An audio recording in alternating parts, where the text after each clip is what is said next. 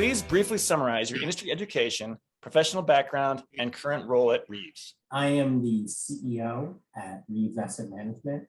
We are an investment manager focused on the, say, energy infrastructure side, mostly on the power and utilities portion, but also dealing with communications and standard energy infrastructure as well.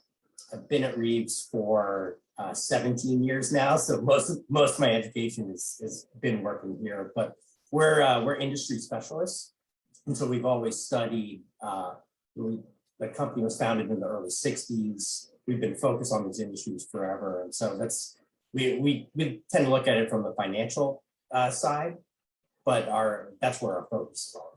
So how does Reaves fit in within the infrastructure industry, and how do you work with some of the more traditional designers, contractors, and people like that? We manage portfolios for a variety of different constituents, and you really just like to gather information, learn as much about the industry as we can. We meet with regulators probably most often. We really just try to learn how certain projects are built, how they fit in to the existing system, especially on the power sides. How do you integrate solar power with gas and coal and nuclear and things like that? So it's really comes from an industry understanding standpoint. Can you briefly describe maybe a client or two or a project or two that would be an example of kind of what you do? We don't actually invest in individual projects. So we're public equities managers. So maybe that's something a little different than what you're looking for there. I mean, I think we pay close attention to really all the big projects that are going on. I mean, one that's been in the news recently is the nuclear construction plan at renewable for Southern Company. They've had their COVID issues and delays and different cost overruns and stuff like that. But we try to meet with maybe some consultants who can give some local expertise on how costs are trending, timeline, likeliness of landing on timeline and stuff like that. And that's probably been the biggest single project, at least in the utility industry, over the last decade or so, and it's certainly been on our radars. What's your opinion of the new infrastructure law, and how will it help the industry? It's really hard to pass an infrastructure bill, and just actually getting one over the finish line seems like a big accomplishment. But what's pretty interesting in it is, certainly the just the amount of money available. Obviously you have all the road building and stuff like that, and I think that should be good for a lot of the construction businesses that are involved in those industries. But the specific money set aside for water pipelines, for grid resilience, for electric vehicle charging stations, and even the focus on electric transmission, all that is pretty interesting. And I think, how that fits in with the bill currently being talked about with all the potential tax credits and renewable investment tax credits, stuff like that, are certainly interesting. I think the broadband provisions are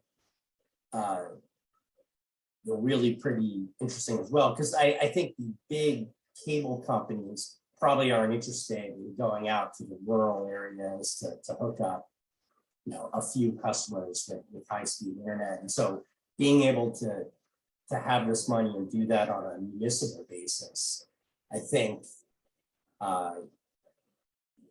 really improves an area that otherwise probably wouldn't get high-speed broadband. So, all in, I think what it means is that there's going to be an absolute ton of work for a long time, and laying down fiber, maybe laying down broadband, building transmission lines, eventually building renewable energy. I think there's a big backlog of potential new wind and solar and battery plants that will be put in once transmission congestion is removed a lot. So it's kind of an under highlighted part of the bill, but just the focus on transmission and kind of clearing that backlog, I think opens up a whole lot of other work eventually. You talked about broadband, but is there perhaps another part of the bill that maybe doesn't get as much attention or news that you think is very important? Yeah, I think the provision on water is really pretty interesting. It's I think it's 55 billion or so set aside for it. Yeah, and it probably comes from stories like Flint, where they had the lead pipe contamination and stuff like that. But generally, I think we have a huge problem where the United States water pipelines have an average age of about 100 years. It's if you look at what your water came through, you'd be pretty disgusted, I think.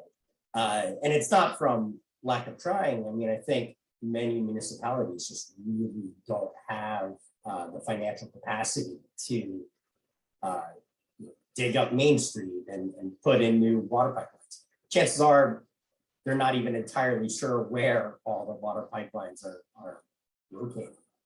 So in recent years, many of these smaller municipal systems have been sold to the bigger publicly traded water companies who have the financial flexibility to be able to go and repair those things.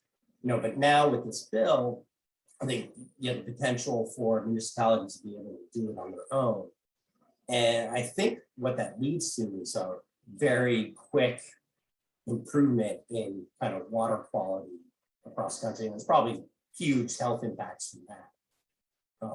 But I've seen a couple pictures of 80 or 90-year-old pipelines that companies have taken out of the ground, and you have a diameter like this that gets down to this with all the gunk around the outside. It's pretty disgusting. So it's something that'll be great and really have plenty of health benefits for a long time. So what should our engineering audience be thinking about in terms of how this law will affect them and how they can use it to their benefit?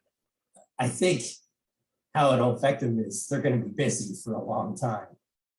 I think it might take, as with any government funding of stuff, it might take a year or so for projects to really get off the ground.